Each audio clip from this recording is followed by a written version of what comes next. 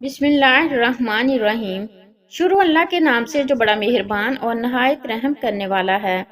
ऐसे गलत घरेलू टोटके जिन पर आप आंख बंद करके यकीन कर लेते हैं, हकीकत क्या है? खाना पकाने के हवाले से हम अक्सर लोगों से मुख्तलिफ किस्म के घरेलू टोटके सुनते हैं और इन टोटकों को सुनकर ऐसा लगता है कि हमारा मसला बस अब हल हो गया। लेकिन यहाँ कई टोटके ऐसे हैं जो सिर्फ एक दूसरे से सुनकर हम तक पहुँचते हैं, जबकि इनकी कोई हकीकत नहीं और ना ही वो कोई काम करते हैं। ऐसे ही चंद तरीकाकार का जिक्र हम यहाँ कर रहे हैं, जिन्हें आपको खाना बनाते वक्त मुकम्मल तौर पर नजरअंदाज कर देना चाहिए, क्योंकि इनका कोई फायदा नहीं। नमक शामिल करने से पानी जल्दी उबलेगा। हम अक्सर ये सुनते हैं कि पानी में नमक शामिल कर लो तो वो जल्दी उबल जाएगा और खाना तेजी से तैयार हो जाएगा। लेकिन हकीकत इसके बरअक्स है, क्योंकि नमक मिला पानी देर से उबलता है। इसलिए आपको पानी में तैयार होने वाले अपने पास्ता या आलू में नमक इस वक्त शामिल करना चाहिए जब इनका पानी उबल चुका हो।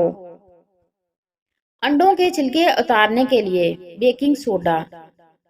अंडों के छिलके उतारने के लिए बेकिंग सोडा का इस्तेमाल करते हैं। ये गलत फहमी लोगों में आम पाई जाती है, क्योंकि अंडे उबालते वक्त अगर पानी में बेकिंग सोडा शामिल कर लिया जाए तो इससे अंडों का छिलका उतारने में आसानी पैदा होती है। लेकिन हकीकत में ये सिर्फ बेकिंग सोडा का ज़िया है। अंडों के छिलके उतारने के लिए सिरका की मदद। अंडों के छिलके उतारने के लिए सिरका से मदद ली जाए। इसी तरह अंडे उबालते वक्त पानी में सिरका शामिल करने से भी यही समझा जाता है कि अंडे के छिलके उतारने में आसानी होगी, लेकिन ये भी एक अफसानवी बात है और बेहतर है कि अंडों को उबलने के बाद इन्हें ठंडे पानी में रख दें। इस तरह जरूर आप छिलके आराम से उतार सकते हैं। शोरबे में अजाफी नमक। ये भी बहुत बड़े पैमाने पर तस्लीम किया जाता है कि अगर शोरबे में नमक ज्यादा हो गया है तो इसमें आलू शामिल कर लिए जाएं, क्योंकि ये नमक जज़ब कर लेंगे। लेकिन हकीकत में ऐसा कुछ नहीं होता।